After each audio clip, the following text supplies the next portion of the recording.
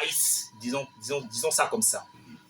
Vous avez acheté du maïs, vous avez stocké, mais vous avez des clients qui sont des sociétés qui vous disent « Ok, nous allons acheter votre maïs tous les mois, mais nous allons vous payer à 60 jours, à 90 jours. » Lorsque vous faites votre compte d'exploitation mensuel, vous allez constater que effectivement votre activité est rentable parce que vous avez acheté à 100 francs, vous avez vendu à 150 francs.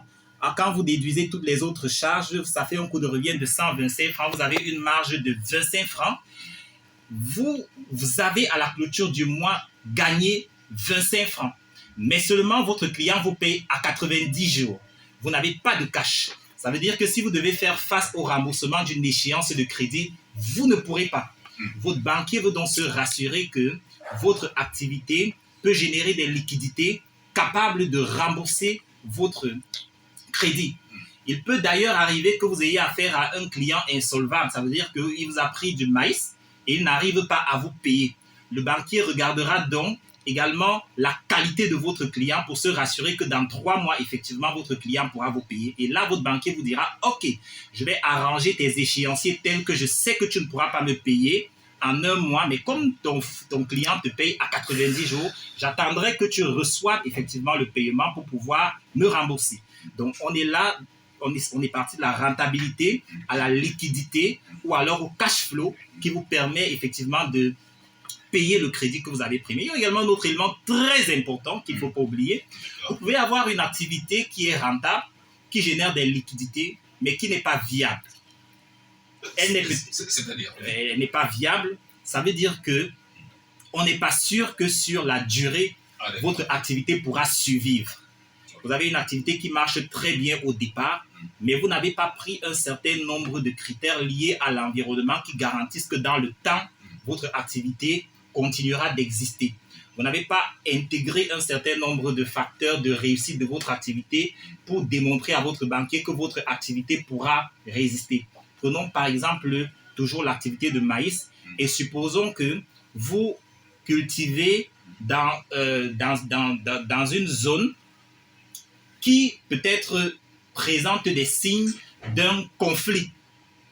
Ou alors dans une zone où peut-être il y a de l'élevage qui se fait à côté si vous êtes un agriculteur et que vous n'avez pas pris en compte qu'à une certaine saison, il y a des bœufs qui vont arriver et qui peuvent endommager voilà, votre culture. On se retrouve là dans le champ d'une activité qui marche pour un moment et qui, à cause d'un certain nombre de facteurs internes ou externes, cette activité-là va mourir. Elle n'est donc pas viable. Votre banquier, lui, il va chercher à se rassurer que votre activité est viable. On est là déjà à 3 critères. Votre activité est rentable, elle génère un cash flow suffisant pour pouvoir rembourser le crédit et votre activité en plus est viable. Ça veut dire qu'elle présente des signes qu'elle subsistera dans le temps. Quand vous remplissez ces éléments, votre banquier est davantage conforté sur le fait qu'il pourra avoir le retour de l'argent qu'il est en train de coûter. Donc, quand vous avez une activité qui est rentable, une activité qui génère suffisamment de liquidité, une activité qui est viable et que vous-même en tant qu'individu, vous maîtrisez votre activité parce qu'il y a également des éléments liés à la connaissance du client. Là, c'est le KYC, Know Your Customer.